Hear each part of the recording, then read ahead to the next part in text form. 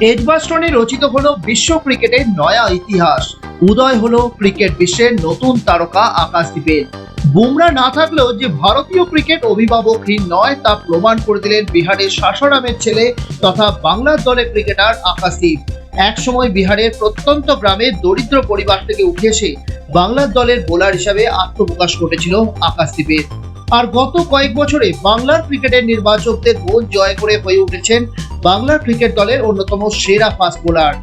আর এরপর আইপিএল থেকে শুরু করে ভারতীয় ক্রিকেট দলেও স্থায়ীভাবে নিজের জায়গা আদায় করে নিয়েছেন নিজের যোগ্যতা দিয়ে আকাশদীপ। তিনি বুঝিয়ে দিয়েছেন আগামী দিনে ভারতীয় ক্রিকেটের বোলিং বিভাগের উজ্জ্বল ভবিষ্যৎ আর কেউ নয়, একমাত্র আকাশদীপ।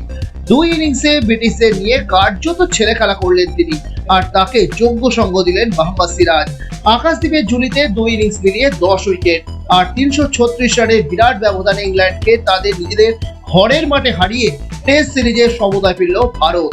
বল হাতে যদি এজবাস্টনের ম্যাজিশিয়ান হয়ে থাকেন আকাশদীপ, তাহলে ব্যাট হাতে ভারতীয় ক্রিকেটের নিজেকে অন্যতম সেরা স্তম্ভ এবং যোগ্য অধিনায়ক হিসাবে প্রমাণ করলেন শুভমান গিল।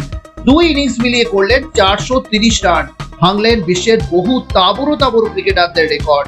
টেস্টের পঞ্চম দিনে ভারতের জয়ের জন্য দরকার ছিল মাত্র 7টা উইকেট, কিন্তু সকাল থেকেই এজবাস্টনের আকাশের বুক ভার, অবিরাম বৃষ্টিপাত কপালে চিন্তার ভাঁজ এনে দিয়েছিল ভারতীয় ক্রিকেটারদের। তাহলে কি জয়ের সামনে গিয়েও নিরাশ হয়ে ফিরতে হবে টিম ইন্ডিয়াকে? কিন্তু কয়েক ঘন্টার বৃষ্টির সাপে বর হলো ভারতীয় দলের জন্য। উইকেট কন্ডিশন ভারতীয় বোলারদের জন্য আদর্শ হয়ে উঠল বৃষ্টির পরে।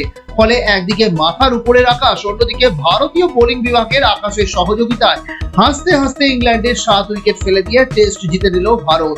4 পারে বিরতির আগেই 271 রানে অল আউট হয়ে গেল ইংল্যান্ড। ইংল্যান্ডের দলের হয়ে সর্বোচ্চ 88 রান করেন জেমি স্মিথ। আর ইংল্যান্ডের মাটিতে ভারতের এই সাফল্য আগামী টেস্টগুলোতে ভারতীয় দলকে আত্মবিশ্বাস যোগাবে তা বলা যেতেই পারে। Bureau report, sky news Bangla.